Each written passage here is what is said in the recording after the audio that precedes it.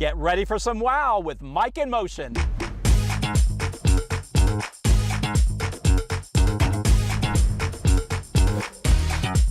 I am on the ground in our community, and boy, do I have a treat for you today. We are at Gwen Fulcher-Young's home garden, and Gwen, I cannot thank you enough for having us here today. I'm happy to have you. Everybody talks about your garden, and you do share this on social media sometimes, and we're very privileged to be here, and we know it. Oh, well, thank you. I'm happy to share it with you and anybody else that wants to see it. I love it. There is plenty of B-roll that we're going to be showing while we talk, but you just have so many intimate moments inside your house. We need to focus on that at some point as well. But today is the garden.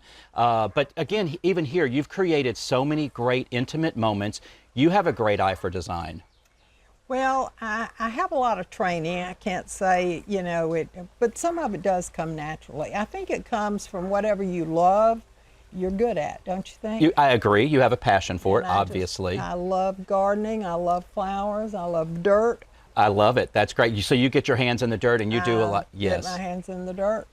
You know, I've been reading recently that's healthy for us to put your hands in the dirt, put your feet in the dirt. Okay, that sounds great. And so I think, you know, obviously you feed your plants, but you obviously give them a lot of love. I do. Yeah. I do. And I give them a lot of discipline because if they don't grow pretty easily, I pull them up. Oh. Oh my goodness. I want to stay on your good side.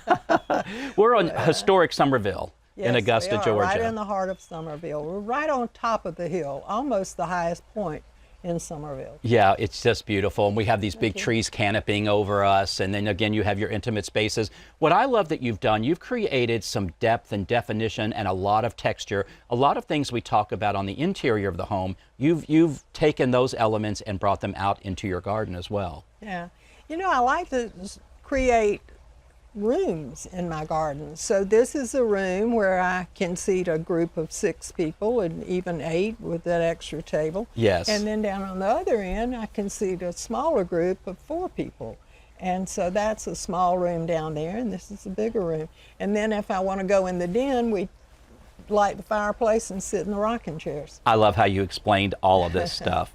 When we pulled up today, your front yard, it features highly manicured, formal design aesthetic, highlighted by classic Southern Shasta daisies and the prominent 15-year-old Jean LaJoie rosebush. How about that? Just so beautiful. Isn't that something? And that's just one little twig I planted about 20 years ago, 18 years ago, I guess.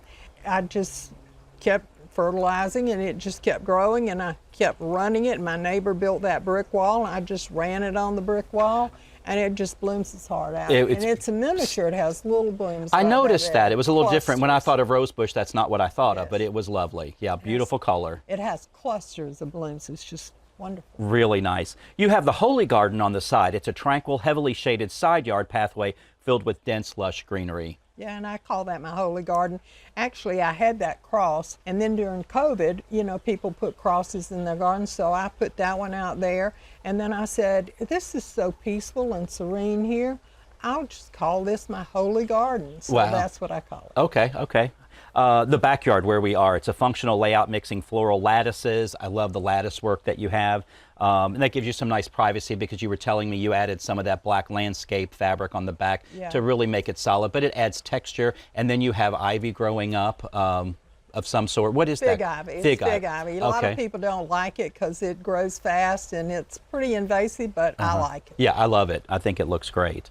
Tell us about the swimming pool. You were telling me earlier what inspired you for the swimming pool. Well, you know, a typical pool is like this table. It's flat and you just step down in it.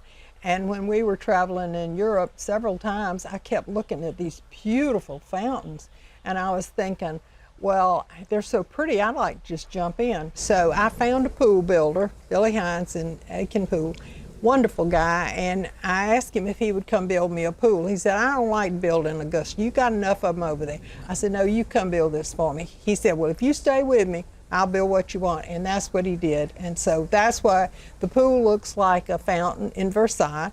And that lion's head, water comes out of, he did a water feature for me. So I got it in Charleston, so we put that up there. And I measured from my chin down for the shallow end and Bob's chin down for the deep end, and it's a perfect pool for us. It's so beautiful. Yes, I have a you. big pool at home, and it's just too much. I thought I'd Yeah. have a lot of friends over, but I think a pool is nice when it's intimate like this, and it's easier maintenance, I'm sure, as well. It is. It's state of the art. People say, I wouldn't have a pool. Well, that's because they had old pools. The Exactly. new pool, it's state of the art. You don't have to do anything. It's a salt pool. It's wonderful. And we take some water and measure it once a month, and it's always fine. And it's just great. It's wonderful.